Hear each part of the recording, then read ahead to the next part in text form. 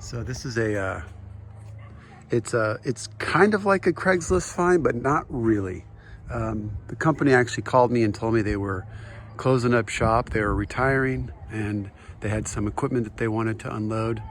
And you know, so it was not a Craigslist find, but it kind of was, because they basically were going to list them, you know. So it was a pre-Craigslist find, let's call it that. They actually reached out to me, which is crazy. All right, now I got to get some help to get this thing down.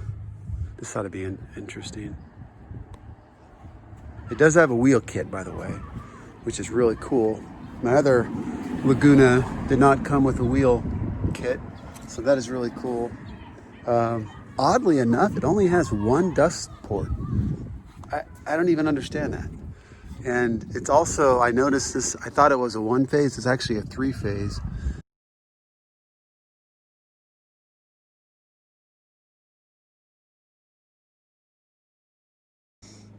It's a beast of a saw, and if I can just figure out a way to get it out of here.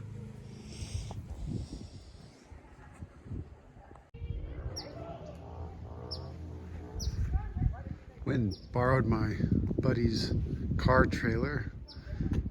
There's no other way to get this thing over here. Oh no.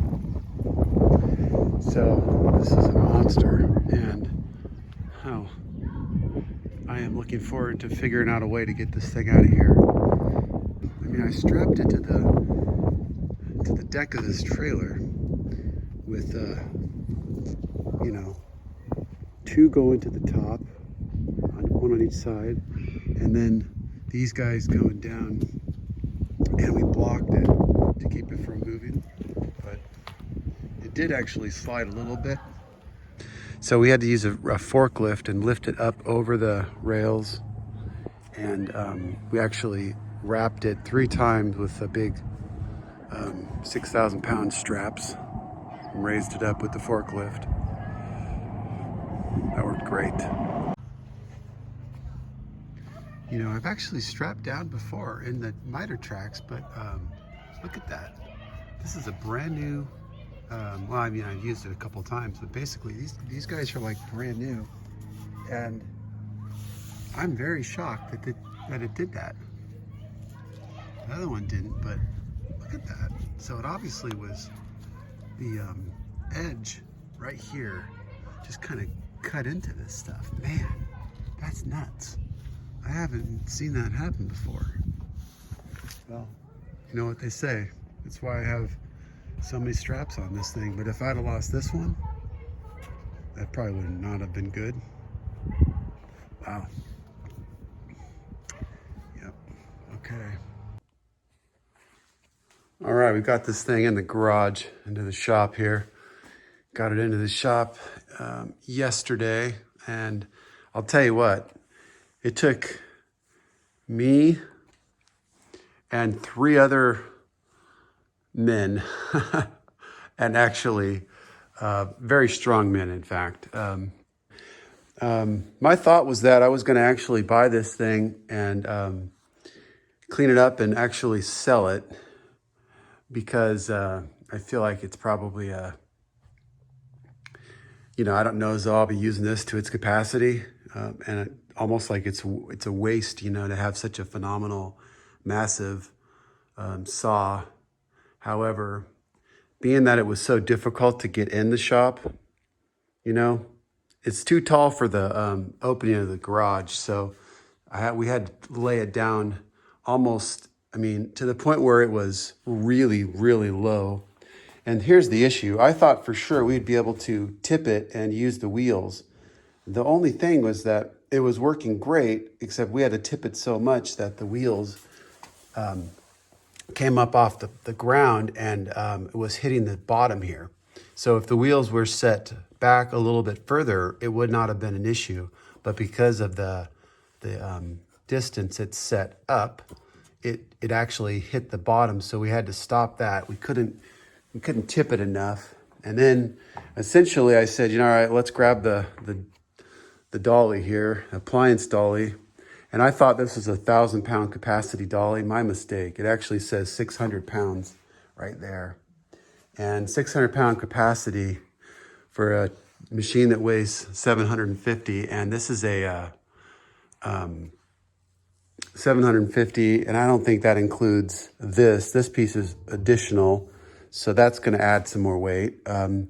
And honestly, you know, this machine is probably one of the heaviest machines I've lifted and brought into the shop. So, and we brought it on to the trailer with the forklift. And, you know, it's one of those things where actually this tag kind of got taken off with the, I think that's just, you know, it's saying not to use this hook up top to lift it. And originally I was going to use that hook, and then I read that sign there and it said do not use. So I thought, all right, but this, I think they just put that hook there for a reason in building the thing.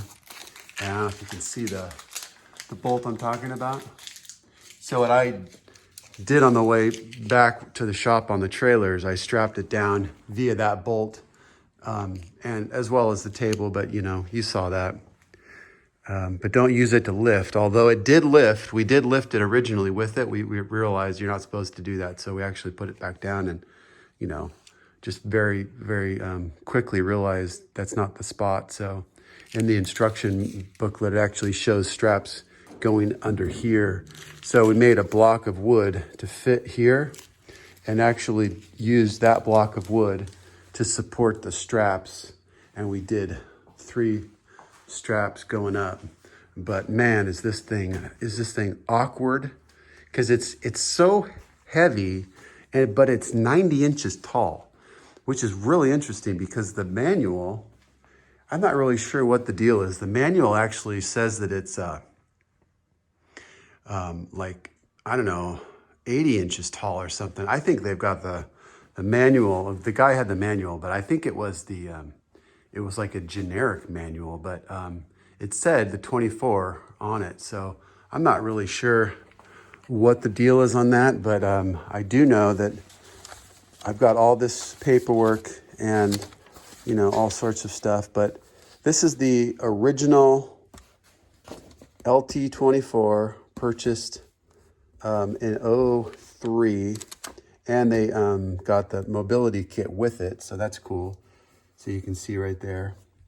But the owner had all this stuff, which is awesome, because so many times people don't have anything to go with it, right? And here's that picture right there with the forklift showing how to strap it underneath and go up. So that's what we did. But I wanted to put some protection there, so I put a block of wood in between the straps and the body of the saw. I didn't want it to hurt the door. So yeah, when I was looking at this, I was looking at the specs of all of it. It's like it's the wrong, you know, I'm not really sure. Maybe it's the particular year or something, but you'd think it would be correct coming from Laguna, but it wasn't. And this has an optional Carter bandsaw guy, the bearings right there. It has the optional bearings, which, you know, have those. There's like $300 for those things. Actually, it says right there $320, and that's about the current price of them now. So yeah, that's awesome. Well, let me see if I can show you that thing real fast. And he has the price he paid, and I got these too. I don't know what those are called, the Laguna blocks or whatever. Those came with it as well. I actually asked about them. He didn't have them originally, but he found them. The only thing that didn't come with it was the front blade guard, the bottom front blade guard. So, okay, here it is. Bandsaw specs. Now, this is dated 2002, and I believe that these are actually incorrect numbers, because this particular model, it says right there, 24 inch. Now, it's interesting because it's a, you know, European. It's not a it's not a Balder or a Leeson, so it's actually an Italian motor, and the Italian motor doesn't say 5 horsepower on it. And my looking at it, it says like 6.5 kilowatt, and I put that into a program, and it told me that it was 6 horse or something. But in any case, with the 3-phase, it's like 6.5 horse or something. I don't know. So obviously there's something not quite right there. But other than that, I measured 17 inches of resaw, not 14 3/4. And the stat that I read was 750, not 725. So I think these 2002 numbers are old. But here's the real kicker. It's the height of it. Height, 78 3/4, it says right there. For the overall height of the machine, 78 3/4. Well, that's a really big difference, because if it was 78 3/4, it would have fit in my garage without tipping it. So that guy is 86 inches tall. 86 inches tall. So 78 3/4 would have been like, that's quite a bit difference in height, which probably makes up that difference of the weight. You add quite a bit more height, and it definitely changes the weight. Also, the height of the resaw, 15 3/4, it said. Now I measured it at 17. All right, went through all the blades, and these are, if you can see here, tried to see if I can get these guys. So these are Linux 1 1/4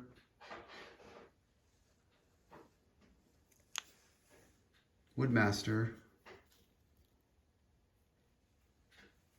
C# blades. And they look like they're in pretty good shape. They definitely feel sharp, but I don't know for sure, but it just feels like they are. Who knows? But okay, so you got those. Plus, I don't know what brand this is, because I can't see, there's no label on them, but they're 2 identical blades. They're carbide tipped. If anybody knows by looking at these what kind they are, I mean, a lot of times you can tell just by looking at a blade what kind it is or who the manufacturer is. Call those 1 1/8. Yeah, 1 1/8. So 2 of those, 2 of the Woodmasters there, and then there's a resaw master on the saw. So it's the, right here, Linux, Woodmaster, carbide tipped. And then I've got dozens, it seems like, of blades. Some are, I think pretty much all of them are brand new. So I went ahead and separated them all, and it's crazy how many blades there are here. I mean, that's 3 blades right there. 1, and these, although I don't necessarily think I'll be using these, it's, I guess having good blades is nice to have. They're different sizes, and there's actually labels on them that say they're new or not. So there's 3 more here, 2 there, and some are really small like this one, and some are, 3/4 inch wide. It just depends on which one. So this is a 3/4 inch wide one. They're all, none of these are carbide tip. These are just regular steel blades, but it's amazing to me how many blades this guy had. But in any case, definitely probably, 20 blades maybe, a little more than maybe 20 blades, and 22 blades maybe. So that'll be interesting. Well, I'm gonna go ahead and clean this stuff up and find a spot to hang these guys. Well, nothing like having a little extra room. Look at that thing. It's about 2 inches from hitting my garage door in the open position. So this is pretty funny, actually. We just fixed my son's RC car. He's out there driving it, but look at that thing. Man, this thing is a monster. Okay, well, you heard me say that the brake on this bad boy bandsaw was not working, and it just appeared to be going all the way down and clearly not putting enough pressure on the flywheel. So what I did was I just opened up the door and I'm examining the part, because I was thinking I was going to order a new pad or whatever that part is. And in looking at it, though, I'm just trying to figure out, first of all, without the wheel taken off, it's hard to see everything. But there's a couple things I just noticed. One is the belt is actually upside down on one of these belts is actually sideways and upside down, which is obviously not great. You could see that right there. You see how one of those belts is sideways? So that's obviously not good. But once I take this wheel off, I'll be able to access the brake assembly and all that. But check this out. What I also realized is that when you push the brake pedal down, it actually engages the brake, but it doesn't lock it. It just basically allows the brake pad to touch the wheel, but then it just lifts up, which makes me think something's not tight in there. So let me push the brake pedal down. Let me see if I can put this light in here with the something. When I actually touch the wheel with the brake pad, look what happens. The bar keeps going down. You see what it's missing? Let me show you the other side. Let me see if I can turn this over here. All right. Yeah, I can kind of see it. What do you see right there? That's the bar. Let me push down again. You see the brake bar moving, but you see how there's a nut and a bolt? Well, where's the nut and bolt over here? There's holes for it, and there's a slot for it. Check that out. That's missing a nut and a bolt. Are you kidding me? This is what's missing on this monster saw?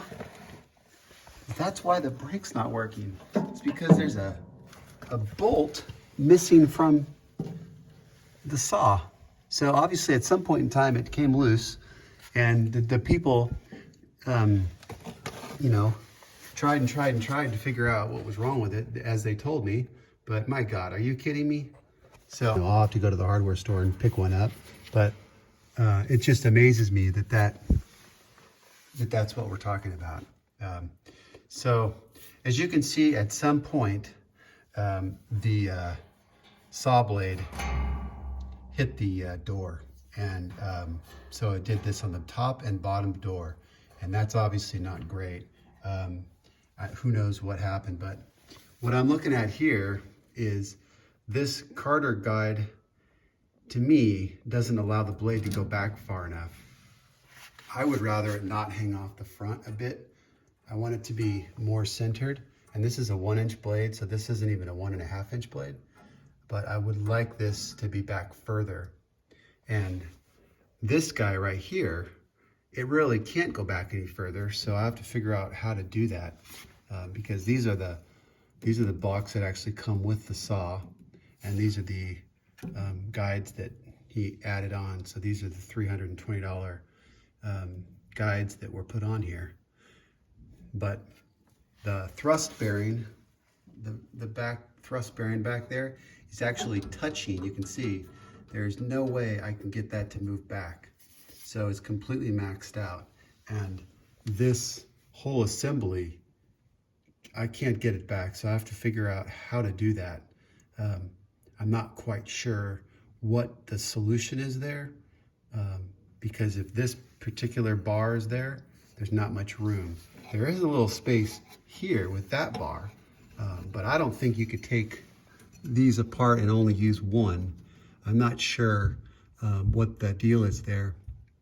Plus that might be too much. So I'm gonna have to do some research on that to figure out what the best,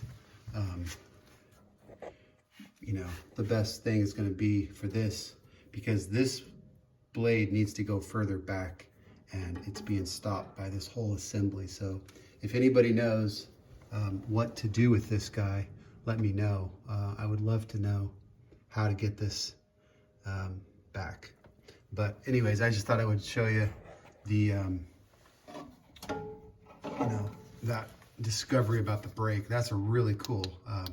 Now the circuit though is still probably not going to work, because I think the switch up here is bad. I'm not sure, but when you open up the door, it doesn't engage the auto stop. So this guy here is not working properly. That's gonna have to be looked at.